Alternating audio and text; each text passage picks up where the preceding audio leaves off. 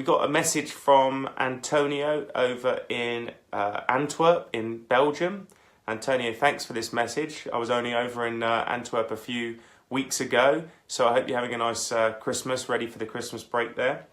Antonio, you asked, why do the same agencies phone me for the same roles sometimes, and which agency should I use? Now, Mark would have liked to answer this one, I know, but basically, Antonio, it depends if it's generally a contract or a permanent position again, but I know again that you're a contractor there in Belgium.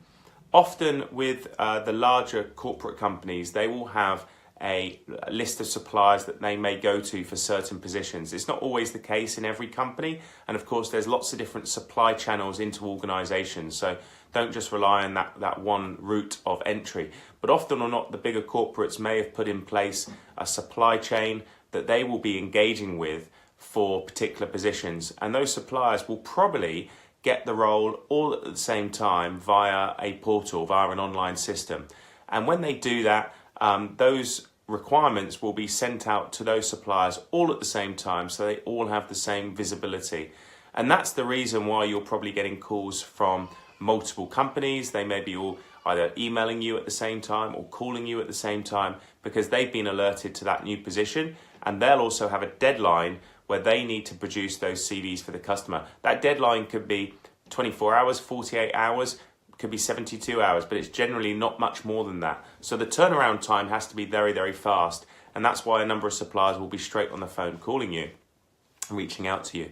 In terms of deciding which supplier to go with, which supplier to engage with, I mean, that's really down to personal choice. You know, there's lots of suppliers out there. It's down to your relationship with that recruiter and that recruitment company, who you feel you have a trusting and open and transparent relationship with.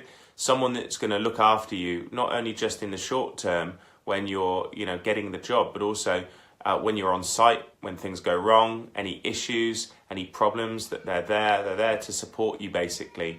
And also making sure that you've got all the right compliance and the right procedures and payroll procedures in place to manage your timesheet process.